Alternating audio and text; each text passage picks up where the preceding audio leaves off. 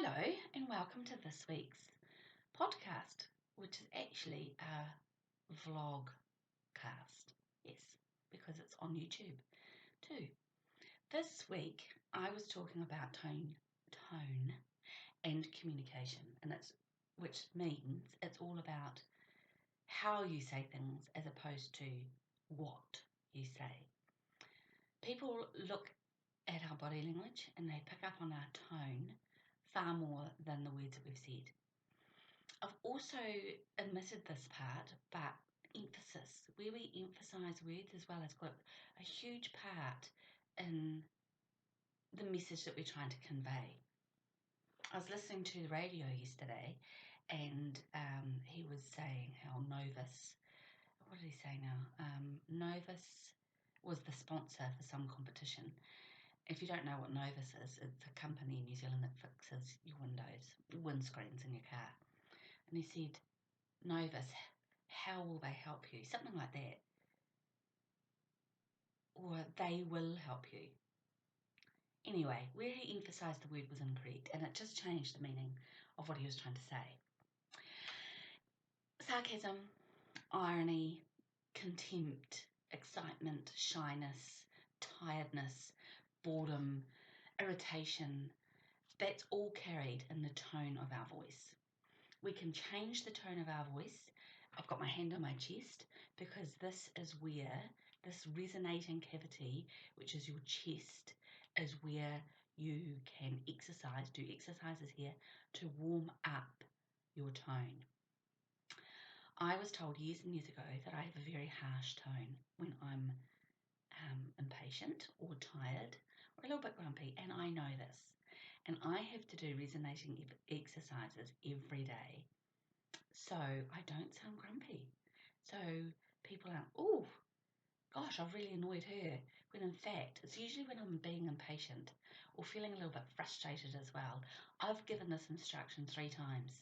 Why have you still not picked it up? That's the tone of voice. And I can feel it. Yeah. So humming. I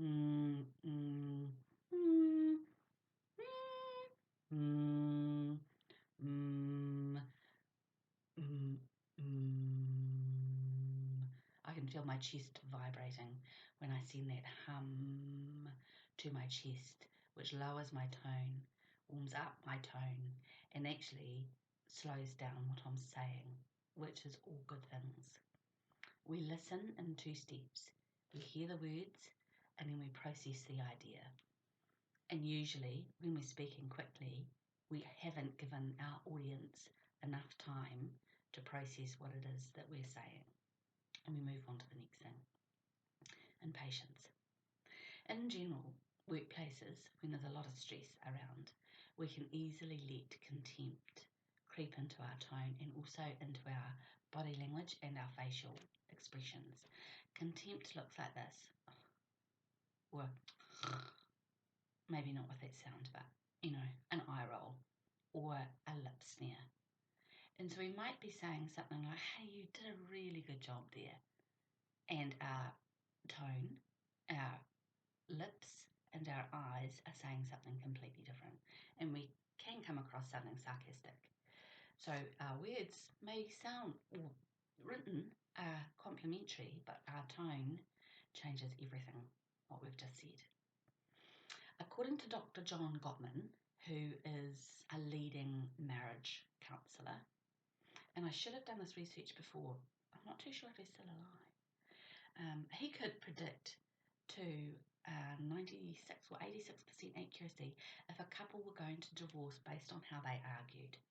Because we all argue, we all have difference of opinions, but it's when couples argue with contempt in their tone, they're more likely their relationship or their marriage is in trouble, and they're more likely to end it. So being aware of this, being aware of if you carry contempt in your tone or in your facial expressions or body language, being aware of it is step 1, and then trying to get rid of it is step 2, and that is humming. Yawning is also another really good exercise to relax your throat muscles and to warm up your tone. Humming in your forehead, nose, humming into your forehead sounds like this. It's really high, it's really up here. Humming through your nose is nasal, so it sounds like this. And you can actually feel your nose tickle. Humming through your lips is like this. And you can feel your lips tickle. Humming into your throat, which is another resonating cavity. Just gently touch your throat and send that hum into there. And you can feel it vibrate. Sending it to your chest takes a little bit more effort, but you can feel it vibrate. Actors, theatre actors and Shakespearean actors can get their hum all the way down to their fingertips and down to their toes, which takes practice. I can feel it in my back, but it's been a long time, so I can't get it down to my toes or fingertips. Something for me to work on. Other signs of contempt are, like, if somebody asks you to do something, that is contempt. And this is when miscommunication happens in workplaces. And some people take it really personally. And usually, when somebody is showing contempt, something else is going on in their life that they're possibly not dealing with, and they're not bringing it, and they're bringing it into the workplace rather than dealing with the actual situation. But if it is a workplace issue, they are really tired of repeating the same instruction. It can blow. So learning how to deal with your frustrations and where the frustrations are actually coming from in a healthy manner is key. Dealing with these frustrations can save on sick leave, 100% save on stress, and it brings a much better workplace culture and far more productivity. And if you own the business, that means bigger bottom line. And that's good for everybody at the end of the day, isn't it? Because it means you're going to get paid and you keep your job. Win, win, win. Being tired and impatient can really affect the tone of our voice. Sometimes we end up sounding grumpy or angry when all we want to do is say what we've got to say and get out of there. Because who can be bothered repeating instructions when you're feeling tired and when you're feeling impatient? I've got to do this, I've got to do this, I've got to get out of here, I'm on a time frame. And that's when you can really start sounding like how you don't want to sound. The manner of how we're speaking can be misinterpreted, especially if we're feeling impatient and we're in a hurry. And people might think, oh, she's in a bad mood, when in fact all we're feeling is impatient. We're in a hurry. We've got to get things done. Frustration can creep into our tone when we feel what we're trying to say for us is really simple. It's a really simple instruction and the other party aren't picking it up. Or we feel like we've said that same thing a million times and that task still isn't being done. This tone and possibly filler words like words that start with F or SH can get put into our sentences as well, and it can be picked up on, man, I wish he'd calm down, or what have I done wrong? And usually it's nothing. It's that person isn't dealing with their frustrations properly, and that person is letting poor communication get in the way of doing a good job. At its worst, the recipient of tiredness or impatience or frustration on a regular basis, it can be interpreted as bullying. So you've really got to deal with this issue. And the bullying, don't really want to go into that. That's going to be another one. It's going to be another vlog, pod. It's just, could be a case of needing to turn down your volume and also needing to turn your voice down or toning your voice down. Oh, that's a good one. Like many things, it's better to start training your voice when you're young, but it's never too late. And here are a few simple exercises that you can do when you're feeling impatient and when you're feeling tired and when you're feeling grumpy. Do these in your car too, because nobody knows what's happening. They might glance into your window and you could be like this. I'm humming Bow Bow Black Sheep.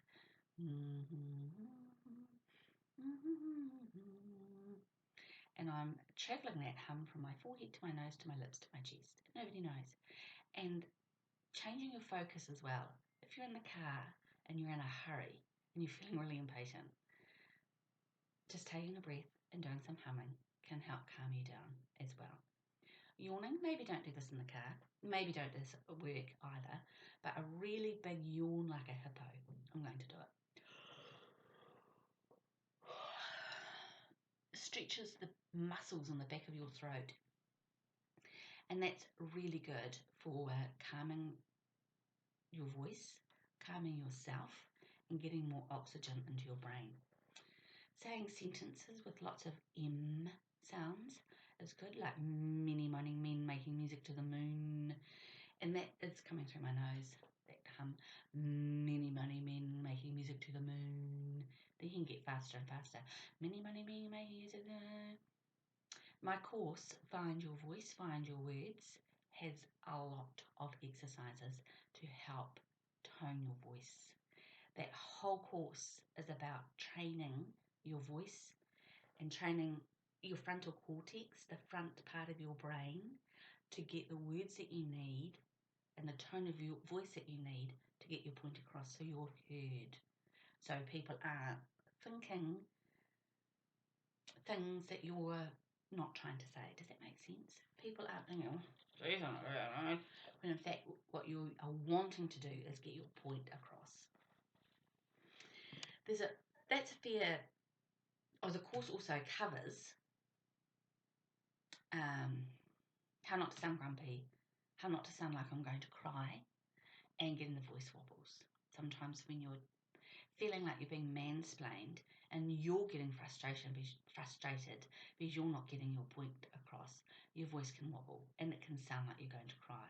So the course also covers how to harness that, and also how to shut down a mansplainer. It's really good. There's a fair few. Can you help with this? I get a lot of questions. Can you help with this?